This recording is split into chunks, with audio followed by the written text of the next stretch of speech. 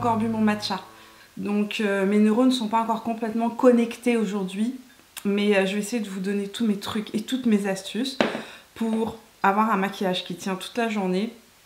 Ou du moins essayer que notre maquillage tienne le plus longtemps possible. Donc c'est ce qu'on va voir ensemble aujourd'hui. J'ai une peau qui est assez capricieuse, j'ai une tendance à avoir une zone T qui est très grasse et généralement les fonds de teint virent très rapidement sur moi. Et quand je dis très rapidement, c'est comme 2-3 heures. Au bout de 2-3 heures, j'ai plus de fond de teint sur le nez, ça se met à plaquer de partout, etc.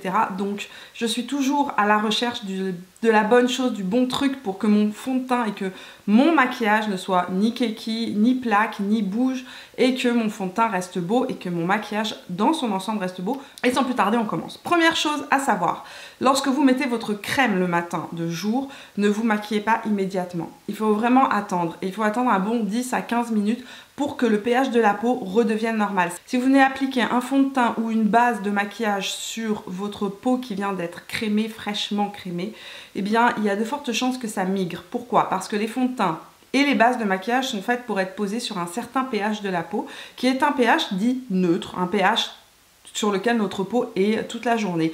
Quand vous vous lavez le visage et que vous appliquez votre crème le matin, ça vient transformer le pH de votre peau et il faut attendre un 10-15 minutes avant que le pH ne redevienne normal. Votre meilleur ami pour faire tenir le fond de teint toute la journée, ça va être les petites lingettes matifiantes. Vous allez voir que j'en ai une certaine quantité que j'utilise énormément. Maintenant, si vous n'avez pas de lingettes matifiantes, il y a une technique qui se fait aussi. Vous pouvez utiliser une Beauty Blender qui est sèche, donc qui n'est pas humidifiée, ou bien tout simplement un Kleenex que vous allez séparer et que vous allez prendre le Kleenex, le séparer pour que ce soit vraiment le plus fin possible. Donc on met sa crème de jour, on laisse sa peau entre guillemets reposer 10-15 minutes le temps que le pH revienne correctement, que le pH de votre peau redevienne neutre. On prend une petite lingette ou un Kleenex ou une Beauty Blender sèche.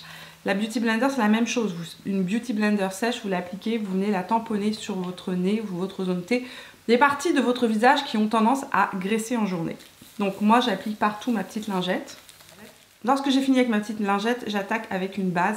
Celle que j'utilise en ce moment, que je suis en train de tester, c'est la Pore No More de Dr. Brand. Donc c'est une base qui unifie le teint, affine les pores et matifie. Sinon, j'aime utiliser ma base de chez Origins. Je la trouve excellente aussi. Elle matifie super bien et elle me fait tenir super bien mon maquillage. Donc je vais venir l'appliquer sur ma zone T.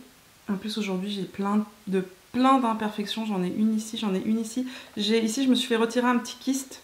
Donc j'ai une cicatrice. Pour la base, ce qu'il faut savoir, c'est que évitez de la frotter, évitez de l'étaler. Souvent les bases ont tendance à pelucher un petit peu parce qu'elles sont à base de silicone.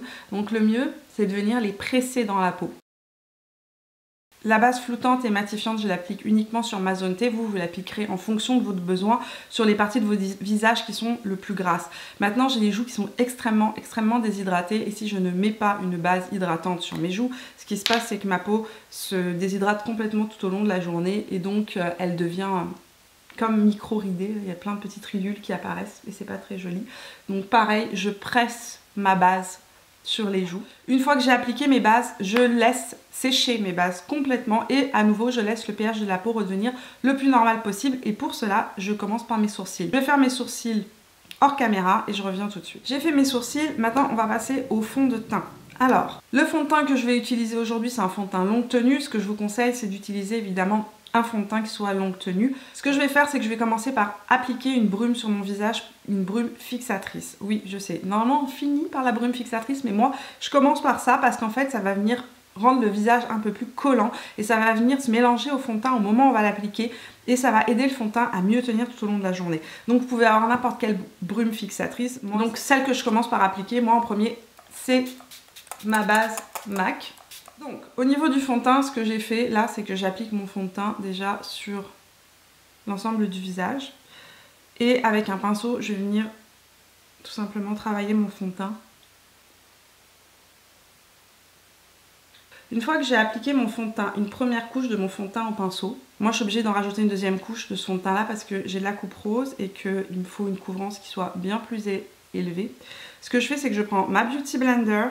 Et là, je vais venir sprayer ma Beauty Blender avec un spray fixateur. Et celui que je préfère pour ça, c'est le All Nighter Donc le highlighter de Urban Decay parce qu'il fait vraiment tenir le fond de teint beaucoup plus longtemps. Je vais venir travailler le fond de teint avec ma Beauty Blender.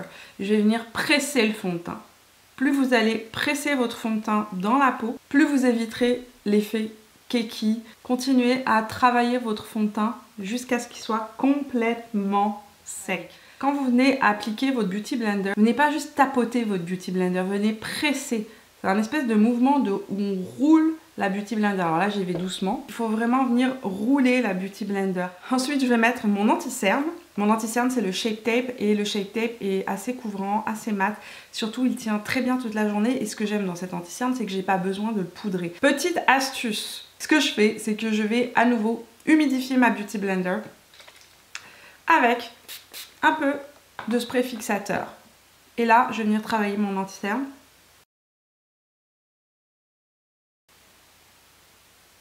En le pressant évidemment avec ma Beauty Blender. La chose qu'on ne veut pas lorsqu'on se maquille le matin, c'est de se retrouver avec le fard à paupières qui migre complètement dans le creux de l'œil. Et c'est ce qui arrive lorsqu'on a les paupières grasses. Donc là, à nouveau, ce que je fais, c'est que je prends une petite lingette matifiante. Je vous ai dit, c'est mes meilleures amies les lingettes matifiantes. Je ne peux pas vivre sans. Et je vais venir tout simplement matifier mes paupières. Ouais, je sais, ça semble fou, mais je vous assure que ça marche. Une fois qu'on a matifié avec la petite lingette, on va appliquer une base. Et moi, la base que je préfère jusqu'à présent, c'est la base pour les yeux de chez MAC. Donc c'est la 24 heures Extend High Base. Et je vais l'appliquer sur toute ma paupière mobile. Donc je frotte un peu la matière, je la chauffe. Il ne faut vraiment pas en mettre trop, il faut en mettre juste la bonne quantité. Parce que si vous en mettez trop, ça va faire des patchs après. Et parce que j'ai les paupières très grasses et que je veux que mon maquillage tienne toute la journée, j'utilise un paint pot par-dessus la base. Donc c'est-à-dire que je mets la 24 heures et je mets un paint pot par-dessus. En plus, le paint pot va venir corriger complètement les petits défauts de couleur, les petites veines apparentes, etc. Le paint pot que j'utilise souvent, c'est le Soft Ocre. J'aime bien aussi la couleur Painterly. Et au niveau du paint pot, je l'applique au doigt parce que je trouve que ça vient beaucoup plus le plaquer et que c'est plus naturel que lorsque je l'applique au pinceau. Mon anti-cerne. Et comme je vous ai dit, le Shape Tape est un anti-cerne que je ne poudre jamais parce que si je le poudre, tout simplement, il vieillit mon contour de l'œil.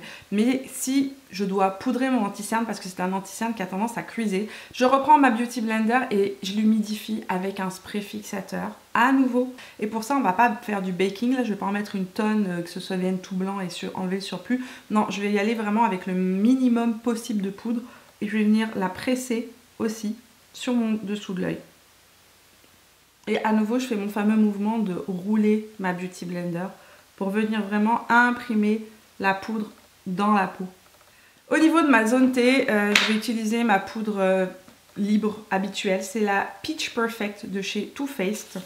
Donc je l'utilise que sur ma zone T. Je n'en mets pas sur mes joues parce que, comme je vous l'ai déjà dit, sur les joues, j'ai la peau très très sèche. Il faut vraiment doser en fonction de votre besoin. Mais moi, si je me mets de la poudre sur les joues, ce qui se passe, c'est que ça me vieillit le teint, ça me le plombe et surtout, ça me déshydrate beaucoup les joues. Donc, ce que je fais, c'est que je prends ma poudre libre, j'en applique dans le petit capuchon. Et à nouveau, avec ma Beauty Blender qui est toujours humide. Et il faut qu'elle soit humide et attention, et humidifiez-la avec un spray fixateur. Donc, l'important, c'est qu'elle soit bien humide. Je prends ma Beauty Blender. Et je vais venir presser à nouveau la poudre sur ma zone T.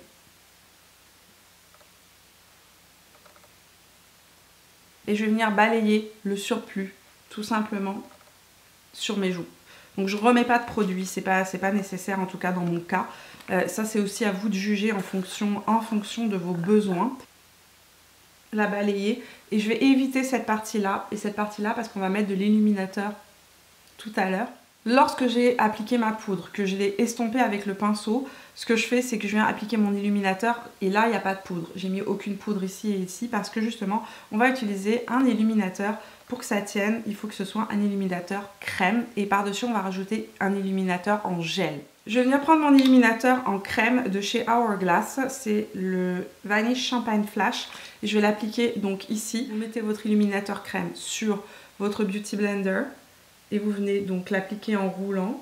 Et pareil, je le presse dans la peau pour pas venir soulever le fond de teint qui est en dessous. Ou bien vous pouvez l'appliquer sur le bout du doigt et venir le tapoter sur le haut de la pommette. Là, je vais tout simplement aller faire mon maquillage des yeux et je vais revenir pour l'illuminateur en crème. Mais avant, je vais vous donner une dernière astuce concernant le maquillage des yeux. Avant n'importe quel maquillage des yeux que vous allez faire, si vous appliquez une base, vous allez voir que la base est un petit peu collante. Si vous voulez que votre maquillage s'applique bien sur une base de maquillage, il faut la poudrer. Donc il va falloir poudrer tout simplement votre paupière avec une poudre le plus transparente possible, le plus neutre possible. Ça peut être n'importe quel fard blanc, crème, de n'importe quelle palette que vous utilisez et que vous allez appliquer avec un pinceau très fluffy de ce style là. Donc ça c'est un pinceau MAC et je viens juste l'appliquer sur toute ma paupière mobile.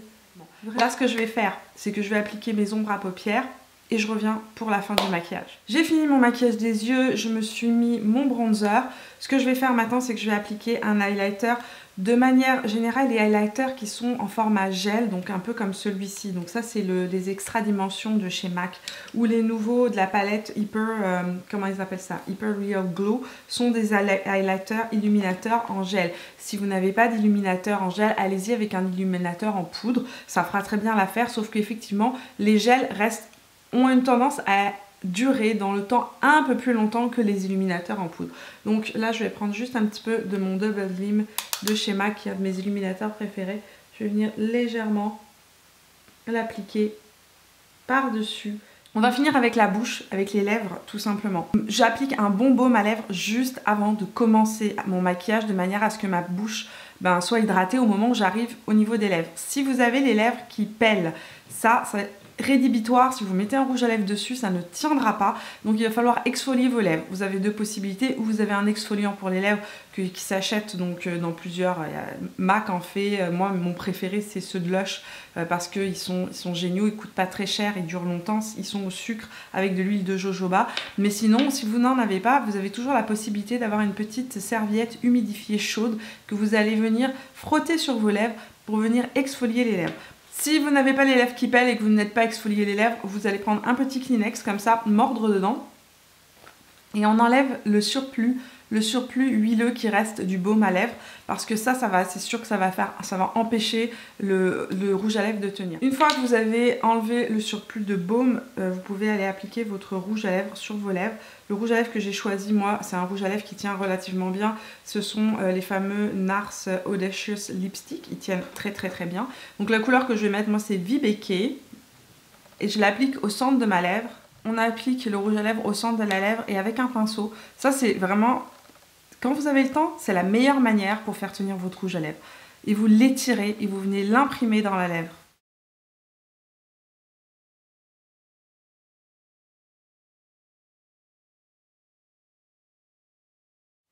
En gros, que ce soit au niveau du fond de teint, que ce soit au niveau du rouge à lèvres, plus longtemps vous allez travailler la matière, plus longtemps vous allez venir estomper le produit jusqu'à ce que la matière sèche, mieux votre produit tiendra. Donc une fois que j'ai terminé avec mon rouge à lèvres, généralement je mets un crayon, ça aide aussi à ce que le rouge à lèvres ne bave pas. La dernière étape, qui est vraiment un petit plus, qu'on n'est vraiment pas obligé de suivre, c'est d'utiliser une poudre de finition. Alors, celle que j'utilise beaucoup, moi, c'est la Bye Bye Pore de chez It Cosmetics. Je l'ai en version compacte dans mon sac. Et celle-ci, là, c'est la version Translucent. Et il y a bien marqué dessus que c'est une poudre de finition. Donc, on doit l'appliquer à la fin, par-dessus la poudre libre, etc. Et elle va aider justement à ce que le fond de teint ne bouge absolument pas. Donc, vous prenez un gros pinceau de type très fluffy, n'est-ce pas, le plus fluffy possible, et vous prenez le minimum de poudre possible. Il faut y aller la main légère. Une fois qu'on a terminé, il va falloir fixer avec un spray fixateur. J'ai une tonne de spray fixateur à la maison. Celui que j'aime beaucoup utiliser en ce moment, c'est le All-Nighter. Je trouve que véritablement, il fait une différence sur la tenue du fond de teint sur le long terme. C'est assez impressionnant. Il est beaucoup plus...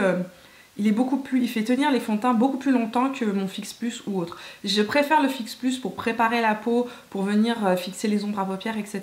Mais si vous voulez vraiment fixer sur du long terme, ce truc-là, c'est assez incroyable. Ça marche.